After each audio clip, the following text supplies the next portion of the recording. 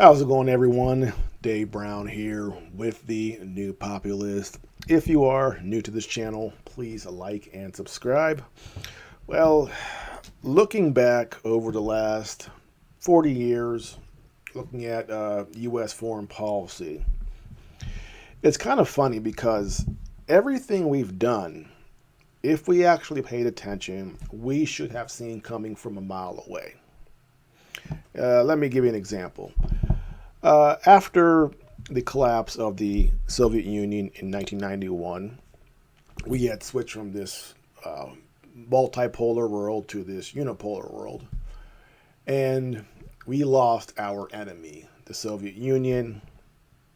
And so where do we turn our attention to next? Well, 1997, we have the foundation of the think tank, the Project for a New North American Century, founded by Bill Kristol and Robert Kagan, two huge neocons who are still active today. If you don't know, Robert Kagan's wife is Victoria Nuland, who has been running Ukraine policy for the last 8 years for the United States.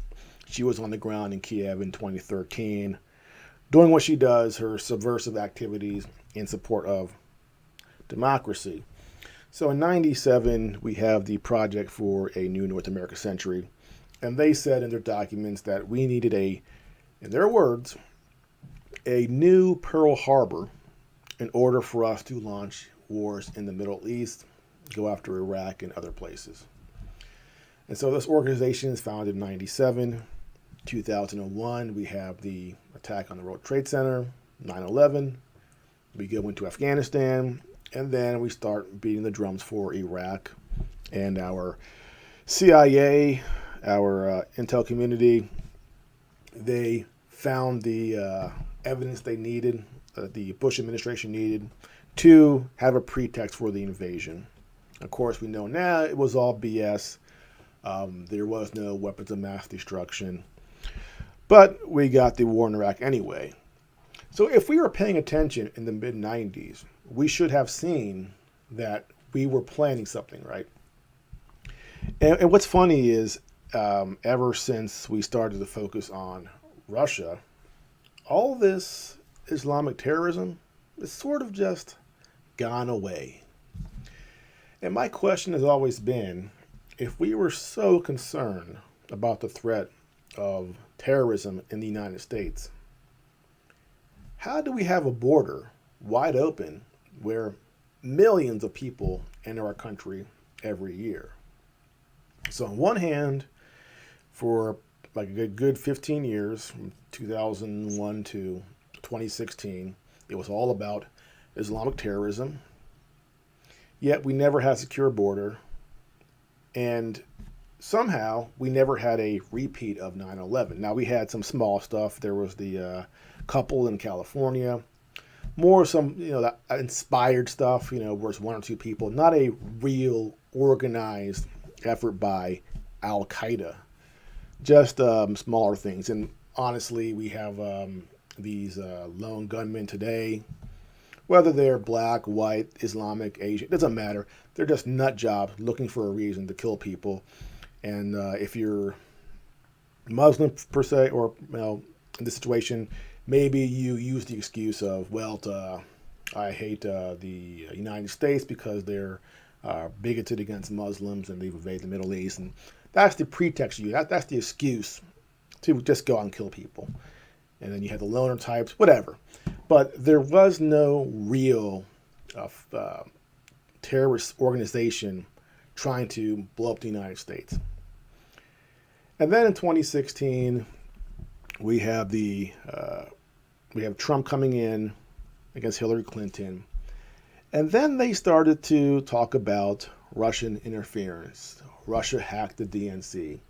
Now, of course, there are experts that said that the way the data was taken from the servers, it could not have been done over the internet. It had to have been done in person. And there are some theories that somebody within the DNC actually took the information and gave it to WikiLeaks.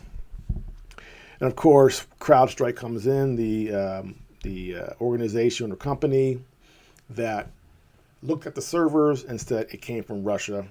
So the FBI, instead of examining the servers themselves, took the word of a third party in order to make a determination that Russia hacked the DNC, which of course I would think is preposterous. So the DNC wouldn't allow the FBI to look at their servers, but they allowed this private company to do it.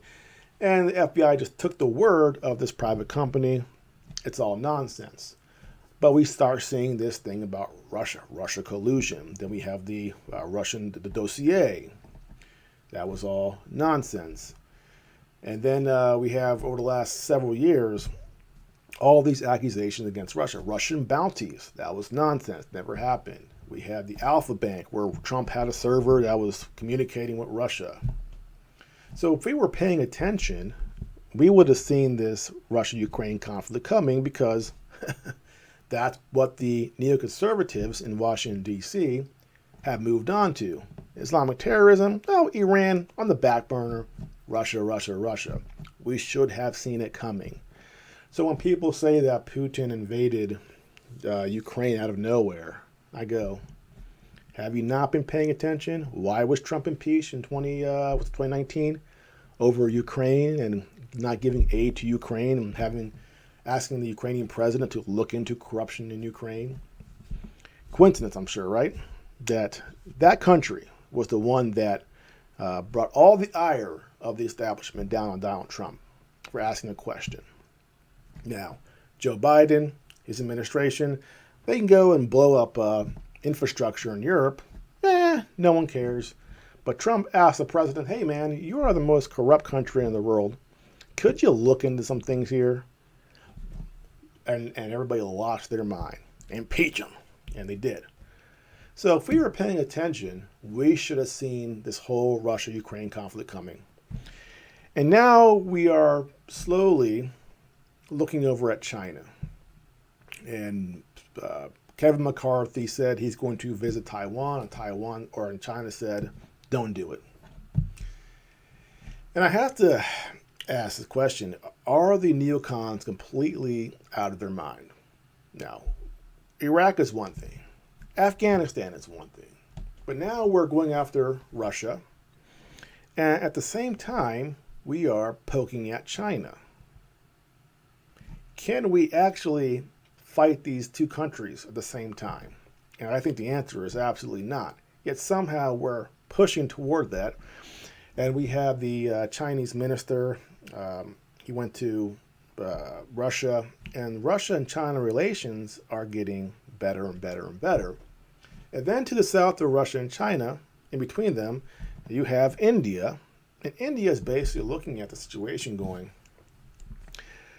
what benefit is it of ours to go against Russia and China and side with the United States?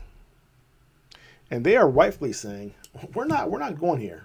We're not gonna condone this Ukraine-Russia war, but at the same time, we're not going to come out and throw on sanctions and antagonize the Russians. We want to do business. They have energy that we need, because every developing country needs energy. It is a privilege of the wealthy countries to turn their back on energy-producing countries, because they're already developed.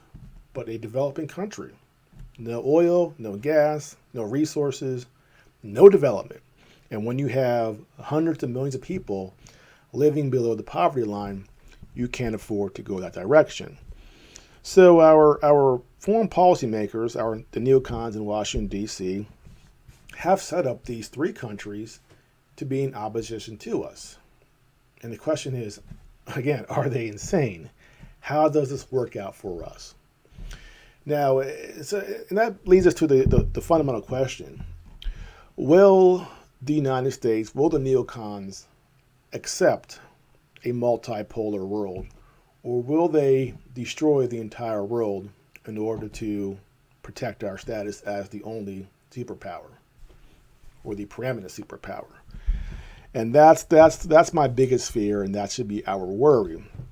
As this Russia-Ukraine conflict goes on and on and on, and we keep upping the ante, and I've said this before, if we were really serious about Russia losing this war, Why are we spoon feeding the assistance to the Ukrainians? We give them just enough hope to keep fighting, but not enough to actually make a huge dent in the war. And so, is that an accident, or is that on purpose? My position, if we're reading the paper from the RAND Corporation, well, it's 100% on purpose. We want to destabilize, we want to harm Russia.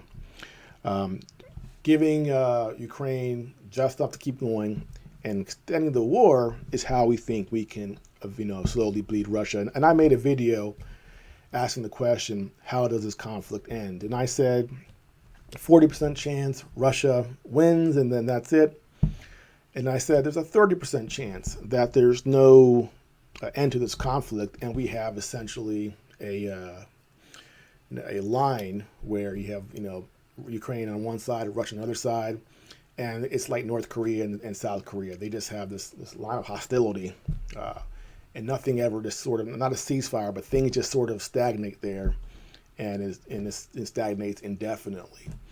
And the more I look at it, that seems more likely than Russia winning. Of course, the other two scenarios are Russia losing and Ukraine winning, which is, I just don't think it's going to happen.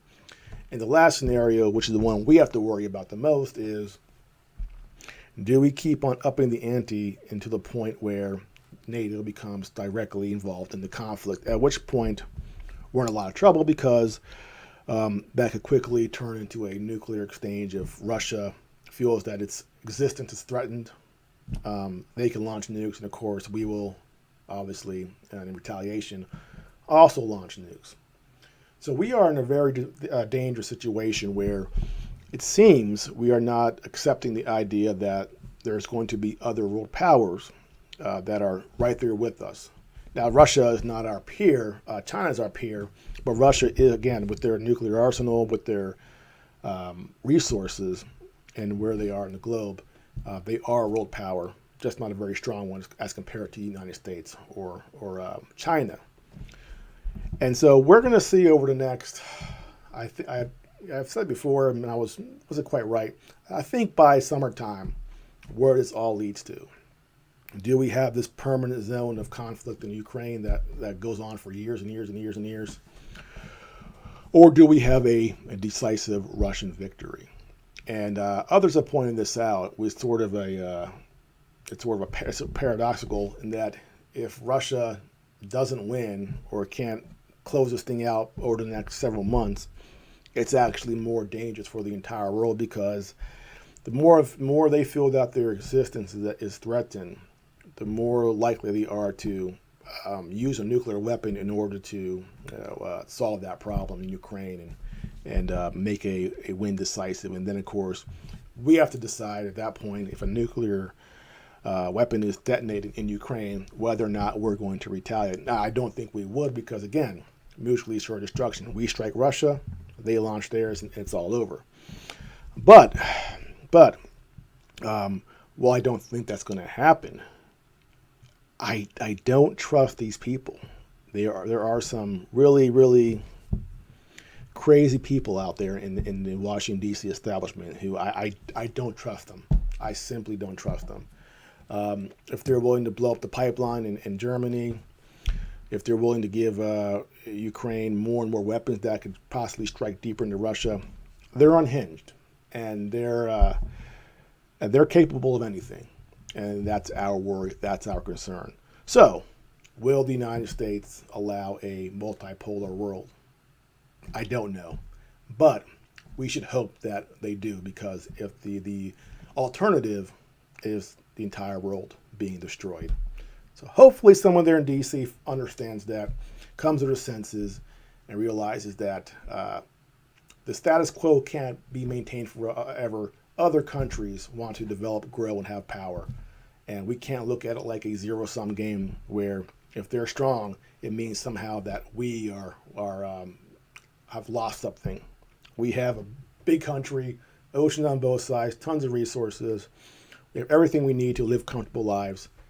We just need people in power who understand that and realize that the world is for everybody, not just the United States.